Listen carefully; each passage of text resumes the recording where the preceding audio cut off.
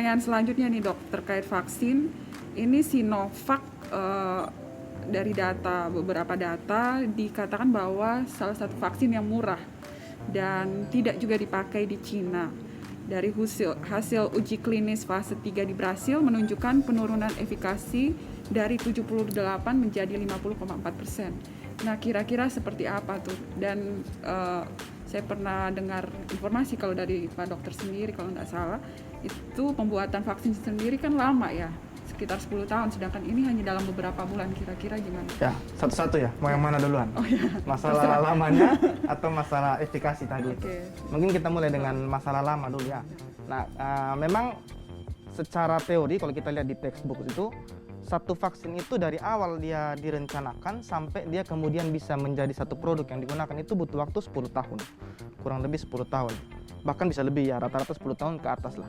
Nah, makanya kemudian orang menjadi mempertanyakan nih, ini kan vaksin COVID baru dibuat belum 1 tahun ya, kok sudah bisa digunakan? Nah, ini yang kalau di luar negeri sebenarnya itu dianggap pencapaian ya, artinya mereka berhasil membuat sesuatu yang 10 tahun jadi 1 tahun, tapi tidak tahu juga kenapa ada beberapa orang yang sebenarnya mempertanyakan hal ini, padahal seharusnya itu pencapaian loh kan, artinya bagus ya, selamat, tidak ada keamanan-keamanan yang dilanggar dalam vaksin itu, artinya mereka buatnya cepat tapi tetap aman, menjaga ya semua proses pembuatan vaksin yang dilakukan selama ini uji klinisnya semua sama tapi dilakukan lebih cepat. Nah, kita tidak bisa membandingkan orang membuat vaksin 300 tahun yang lalu dari ilmu yang belum ada dengan sekarang yang kita sudah tahu dasar-dasar vaksin.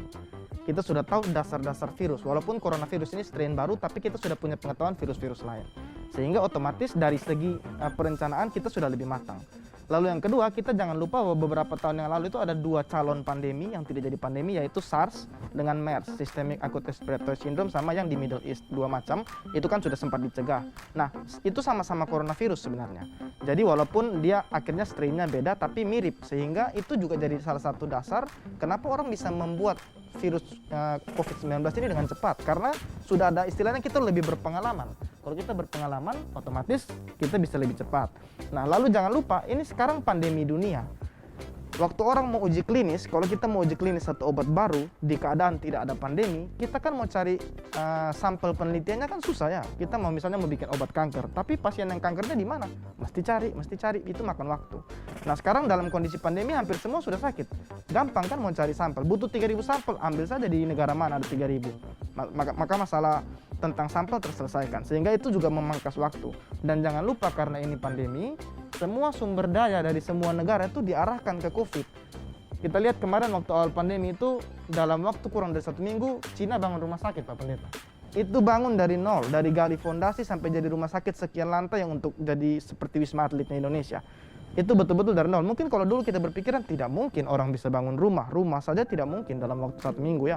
Tapi ini rumah sakit dan semua fasilitas dalamnya lengkap. Karena apa? Tenaganya banyak. Pemerintah mengeluarkan uang tidak main-main dan semua sektor itu betul-betul diarahkan untuk bisa membangun itu. Nah, vaksin pun demikian. Semuanya sudah diarahkan ke situ, termasuk kalau dulu orang bikin vaksin, dia harus tunggu uji klinis tahap 3-nya selesai, baru dia bisa bikin laboratorium untuk produksi. Kan dia tidak mau rugi. Kalau tiba-tiba uji klinis gagal, dia sudah bangun laboratorium, kan rugi. Jadi dia pasti tunggu. Nah, akhirnya waktu sudah selesai uji klinis 3, dia masih bangun pabriknya kan lama. Tapi COVID ini karena dia pandemi dunia, maka negara itu sebelum keluar hasil uji klinis 3 sudah bangun laboratoriumnya. Sehingga begitu uji klinisnya selesai, labnya sudah siap, langsung lagi produksi untuk massa. Jadi semua itu membuat kita harus berpikiran terbuka dong. Memang kemajuan teknologi, kemajuan prasarana semua yang diarahkan untuk COVID memang memungkinkan. Ya, jadi yang penting itu kita keamanannya, bukan seberapa cepatnya begitu. Yang kedua soal vaksin Sinovac gitu. Oh ya. Jadi begini ya, Sinovac dikatakan murah itu sebenarnya relatif, tapi memang harga vaksin dari setiap negara itu berbeda. Nah, saya sudah sempat jelaskan waktu di gereja beberapa minggu lalu, kenapa vaksin itu bisa beda, karena vaksin kan dibuat macam-macam. Ada yang virusnya dimatikan, ada yang virus dilemahkan, ada yang cuma diambil ujung jari virus, bagian virusnya jadi vaksin, kemudian ada juga yang pakai DNA virus jadi vaksin. Nah, itu semua beda biaya. Kemudian selain virusnya sendiri, ada zat-zat tambahan yang disebut excipient untuk mengawetkan, menjaga virus tetap aman, tetap steril. Itu juga butuh biaya. Kemudian nanti ada zat-zat yang digunakan untuk meningkatkan efektivitas dari dari vaksin, sehingga antibodi yang terbentuk itu lebih bagus. Itu semua makan biaya. Belum lagi kita hitung biaya sumber daya manusia. Upah kerja minimal di Cina pasti beda ya Pak dengan yang di Amerika. Otomatis kalau vaksinnya dibuat di Amerika kan biaya kerja manusianya mahal, harga vaksinnya mahal. Kan perusahaan yang menentukan harga vaksin itu. Tapi ya kembali lagi saya bilang, selama dia lulus uji klinis dan menjamin dia aman, itu sebenarnya aman. Nah, yang jadi masalah kemarin 2 hari lalu kalau tidak salah itu ternyata hasil uji klinis di Brasil yang kita lagi tunggu ini dari 78% sebelumnya turun jadi 50%. Nah, ini yang buat masyarakat resah kan? Karena 50% itu betul-betul di batasnya WHO. WHO bilang 50% baru boleh, dia 50,4, cuma lebih 0,4%. Indonesia kan 65% kemarin. Nah, yang saya mau tekankan begini. Saya sudah buat video tentang detail yang panjang tentang bahas efikasi, tapi di sini saya kasih kesimpulannya bahwa efikasi itu tidak bisa dibandingkan di setiap negara. 50% di Brasil belum tentu lebih jelek dari 65% di Indonesia. Karena efikasi itu membandingkan kasus baru pada kelompok yang divaksin dengan kasus baru pada kelompok yang tidak divaksin. Ya, artinya kalau pada kelompok yang tidak divaksin ini tiba-tiba terjadi peningkatan kasus, maka efikasinya turun. Padahal belum tentu vaksinnya tidak efektif. Cuma memang kasusnya banyak. Nah, sekarang yang rendah ini kan di Brasil. Kita lihat data sekarang di Brasil itu, Brasil salah satu negara yang sekarang dampak COVID-nya paling tinggi. Jadi secara normal memang kasusnya lagi banyak di Brasil. Itu satu. Lalu yang kedua kita lihat, yang diteliti di Brasil itu mayoritasnya itu tenaga medis yang jadi relawan. Tenaga medis itu salah satu profesi yang paling beresiko, tiap hari terpapar. Jadi dia divaksin tidak divaksin pun memang risikonya tinggi sekali. Nah, artinya dalam keadaan di Brasil sekarang memang orang-orang yang tidak divaksin itu sangat beresiko tertular, sehingga meningkatkan angka penularan pada yang tidak divaksin, sehingga waktu dihitung efikasinya itu menjadi kelihatan turun begitu. Tapi apakah itu perlu membuat kita cemas? Tidak, karena efikasi 50% artinya adalah kalau dari 100 orang yang akan tertular tanpa vaksin, 50 itu dicegah. Jadi kalau di Indonesia, yang Indonesia tuh ada seorang ahli dia bilang kalau ini tidak ditangani dengan baik, 1 hari bisa 60.000 kasus per hari COVID. Dan itu kalau kita hitung 1 tahun kurang lebih ada 22 juta kasus. Nah, seandainya kita ambil 50% yang tadi yang dari Brasil, dicegah berarti kita bisa mencegah 11 juta orang yang harusnya terinfeksi menjadi tidak terinfeksi. Dan saya rasa itu satu pencapaian yang sangat besar untuk Indonesia ini ya. Katakanlah seandainya dia cuma 20% pun sebenarnya masih sangat bagus Pak Pendeta. Karena 20% dari 22 juta itu 4 juta lebih daripada tidak ada vaksin kan. Nah, cuma kenapa WHO men-set 50% karena ya vaksin kan butuh biaya. Jangan sampai uang kita mubazir. Jadi sudah keluar uang ya minimal 50% lah.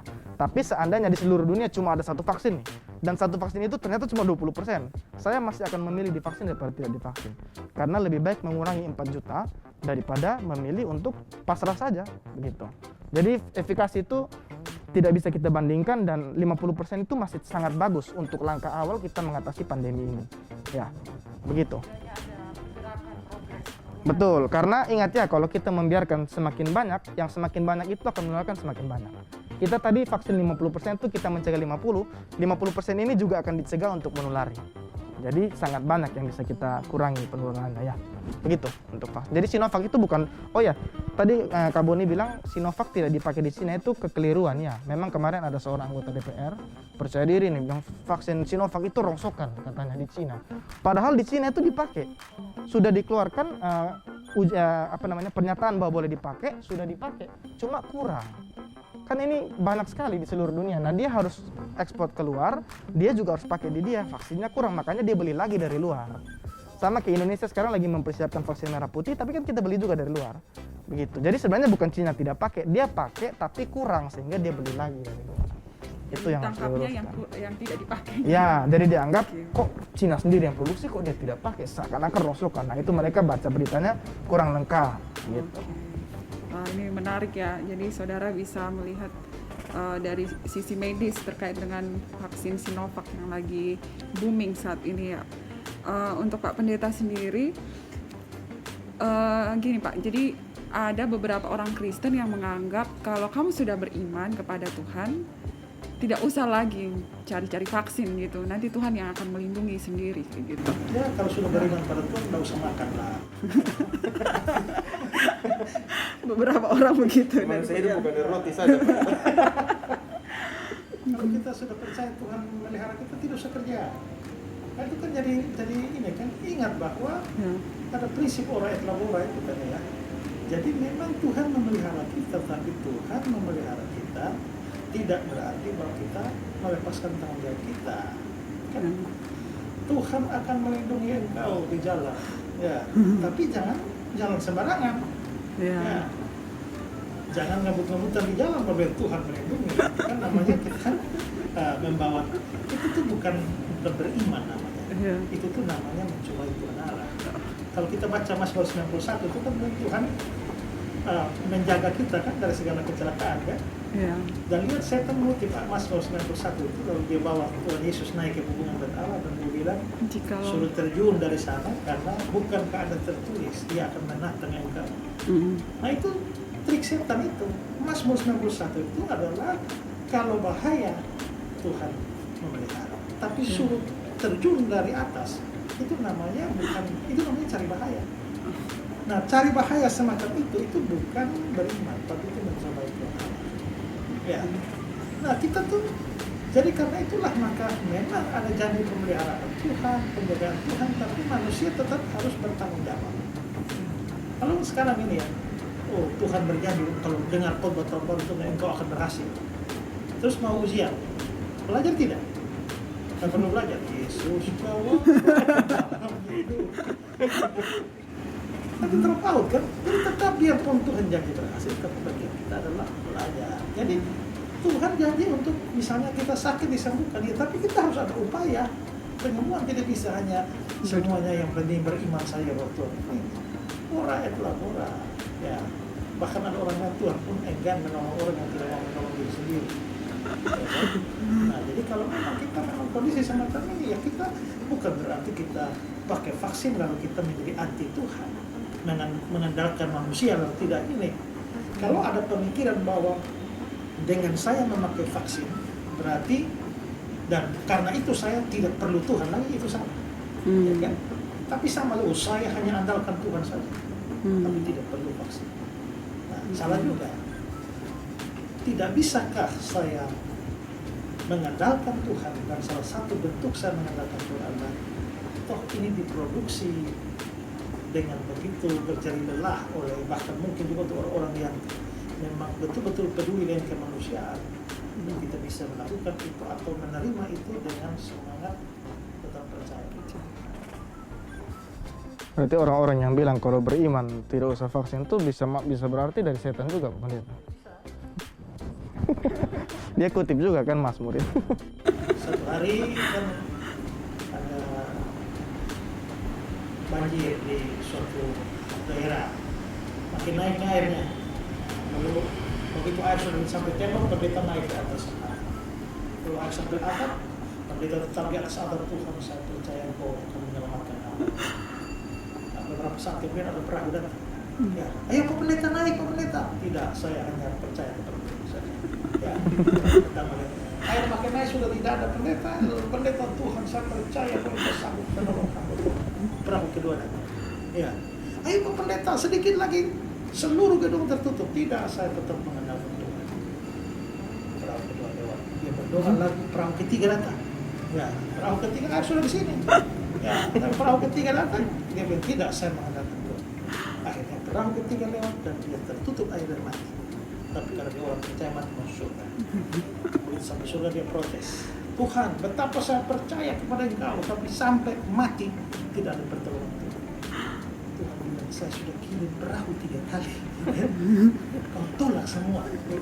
Kadang-kadang kita merasa bahwa pertolongan Tuhan itu adalah harus sesuatu yang supranatural. Tahu-tahu Tuhan turunkan tangan dari langit, lalu angkat, pegang di rambut, lalu cabut. Padahal Tuhan cuma berat di dosa ternyata. Kita sekian lama berdoa supaya ini corona bisa berlalu. Tuhan justru menolong dengan orang membuat vaksin dan lain sebagainya.